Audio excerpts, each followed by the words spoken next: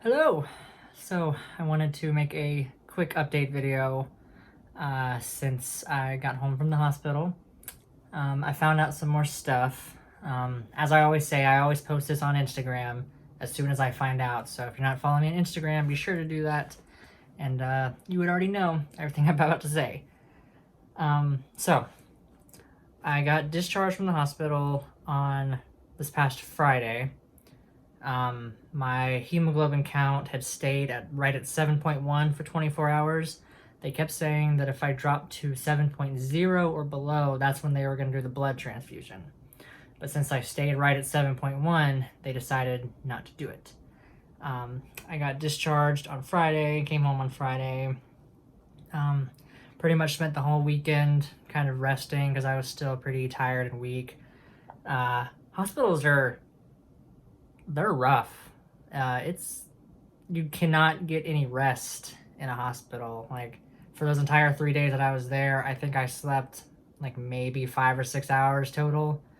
Because, the nurses keep coming in and checking on you, which I get, but when it's like 3 o'clock in the morning and you haven't slept at all, it's, it's kind of rough.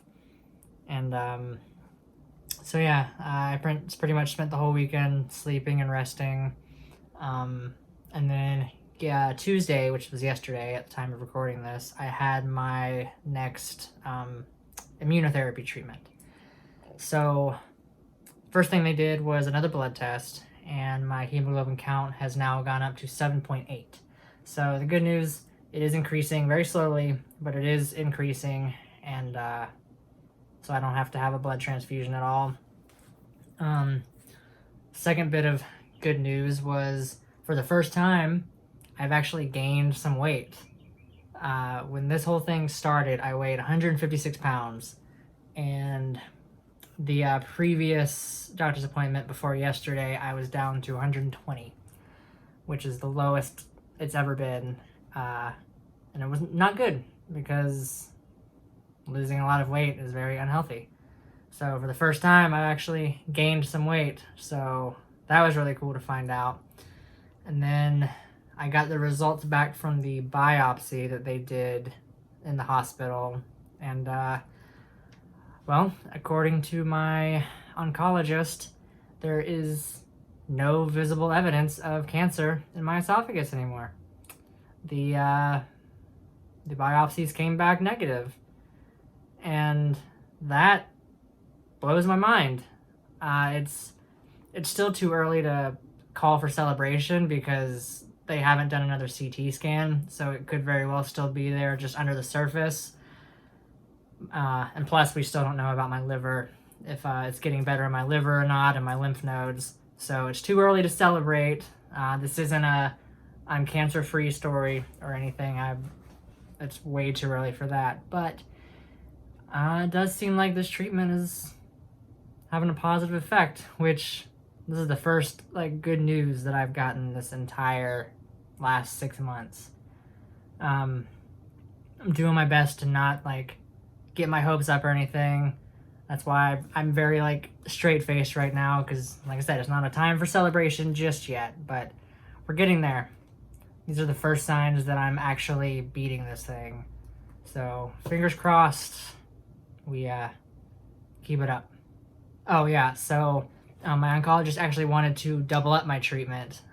He wanted to continue the immunotherapy that I'm on and then switch to a oral version of the chemotherapy that the Mayo Clinic had recommended. If you watch that update, the Mayo Clinic was wanting me to go on this 48-hour long chemotherapy.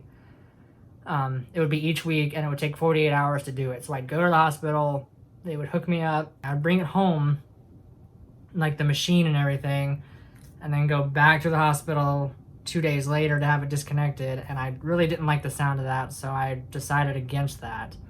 But what he was wanting to do is continue the immunotherapy and then do an oral version of that same chemotherapy on top of it. Fortunately, my insurance company, immediately rejected that outright. They were just like, nope, only one treatment at a time. We won't pay for it. So that kind of sucks. So obviously we won't be doing that. So basically the plan now is I'm going to continue the immunotherapy as I am until it either shows that it's working or it's not working. And if it's not working, then we'll switch to that chemotherapy. And there was also another treatment that I talked to him about that would be like way further down the line. It sounds pretty intense. It's like since my liver is the like most diseased area right now, it would be like an injection of some sort of radioactive material into my liver that would hopefully destroy the cancer cells. I can't remember exactly like what he said it was called, but it sounds pretty intense. That'll be like way further down the road if we get to that. I think it's really stupid that the insurance company has the power to deny a treatment if my doctor thinks that it works. I mean, obviously, I guess I could still do it and then have to front the bills myself, but there's no way on earth that I could ever do that. The current treatments that I'm doing costs $20,000 per treatment. So doing that and having to front that bill myself is like, how could anybody ever do that? I'm not going to go into like my political beliefs of the healthcare system, but that's the insurance companies should not be able to have that much power, I think. But that's the world we live in, I guess. But in any case, yeah. So that's the newest update on what's going on. I'm glad I finally got some positive news throughout this whole thing. Makes me feel good, but yeah, just take it one step at a time. So yeah, as always, thank you guys for watching, and I will see you in the next update video.